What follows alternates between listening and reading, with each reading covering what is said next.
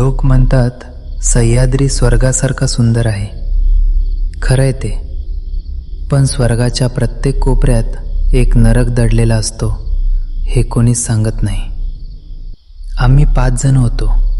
मी, समीर, रोहन, प्रिया आणि अमित. अनुभवी ट्रेकर्स. आम्हाला वाटायचं आम्हाला सह्याद्रीचा कोपरानकोपरा माहिती आहे. त्या दिवशी आम्ही लोणावळ्याच्या खूप आत एका ऑफबीट ट्रॅकवर गेलो होतो. घनदाट जंगल, ढगांनी झाकलेले डोंगर आणि सतत कोसळणारा पाऊस. चालत असताना आम्हाला एक आवाज ऐकू आला. एखाद्या महाकाय राक्षसाने गर्जना करावी तसा एका प्रचंड मोठ्या धबधब्याचा आवाज. आम्ही आवाजाच्या दिशेने गेलो आणि समोरचं दृश्य पाहून थक्क झालो. सुमारे 300 फुटांवरून पाणी खाली कोसळत होतं.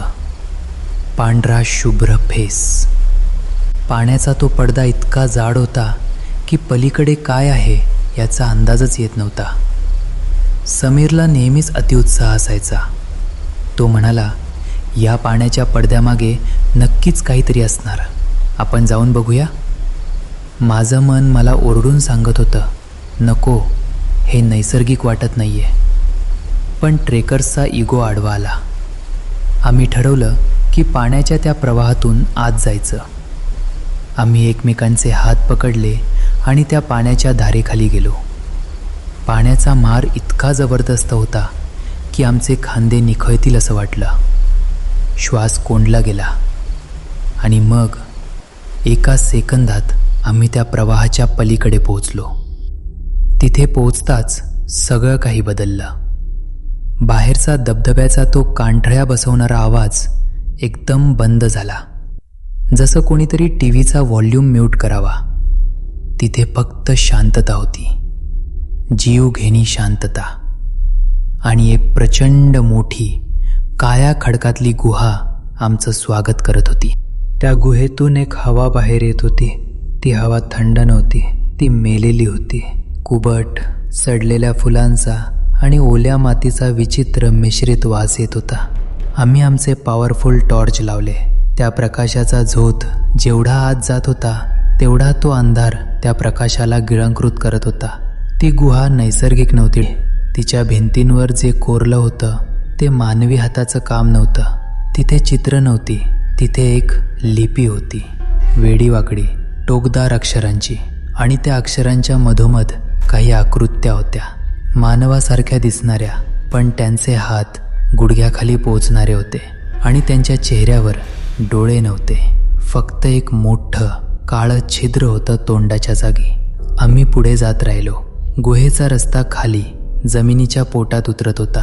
आम्हाला पायाखाली काहीतरी कडकडल्याचा आवाज आला. टॉर्च खाली मारला तर जमिनीवर हाडांचा खच पडला होता. प्राण्यांची हाडं आणि त्यांच्यामध्ये माणसांची कवटी. आम्ही तिथेच थांबायला हवं होतं, पण एक विचित्र आकर्षण आम्हाला आत खेचत होतं. गुहेच्या अगदी शेवटी एक गोलाकार भाग होता. तिथे मध्यभागी एक नैसर्गिक शिवलिंगासारखा काळा दगड होता, पण त्यावर पाणी नाही तर एक घट्ट काळा चिकट द्रव ठिबकत होता. तो वास रक्ताचा होता, जुन्या सडलेल्या रक्ताचा. प्रिया घाबरून रडू लागली. आपण परत जाऊया, मला इथे नकोय, ती ओरडली. तिचा आवाज त्या गुहेत घुमला आणि त्या प्रतिध्वनीने त्यांना जागं केलं. त्या काळ्या खडकांच्या कपारीतून खसखस आवाज सुरू झाला, जसं हजारो झुरळं एकत्र चालतायत. आम्ही टॉर्च फिरवले पण काहीच दिसलं नाही. आवाज 4ही बाजूंनी येत होता. अचानक छतावरून काहीतरी खाली पडलं, अगदी समीरच्या मागे. ते काय होतं हे समजायच्या आत त्याने समीरला पकडलं. ते भिंतीवरच्या चित्रांसारखं होतं, पूर्णपणे पांढरं फटक शरीर, जसं पाण्यात राहून मांस सडतं तसं.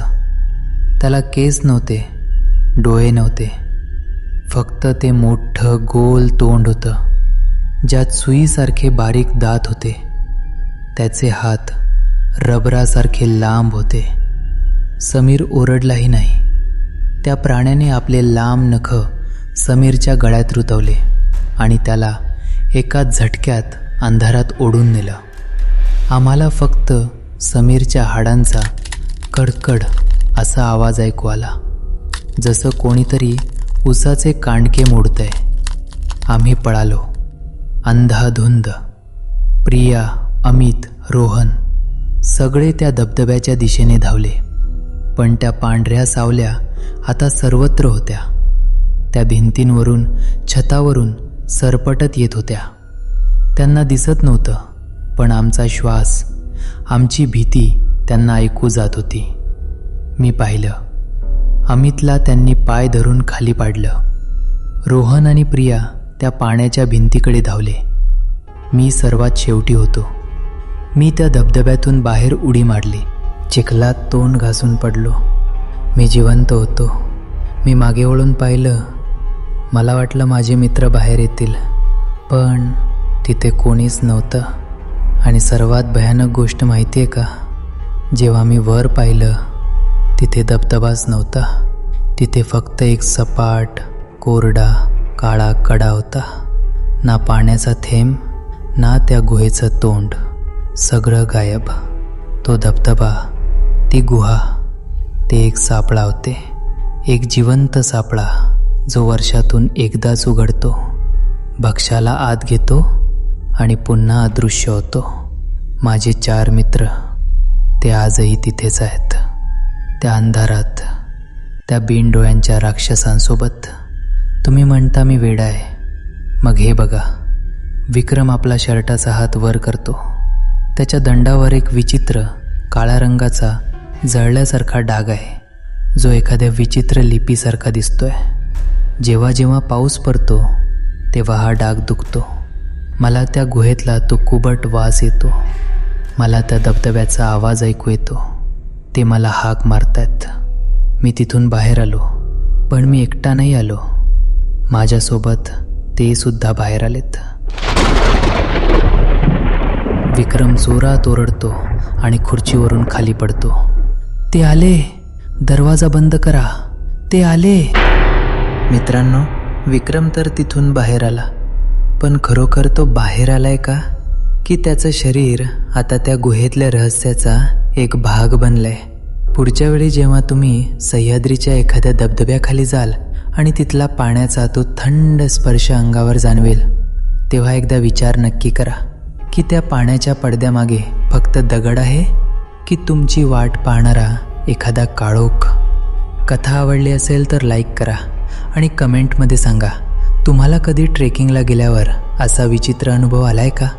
उद्या भेटूया रात्रीचा हायवे या कथेसह.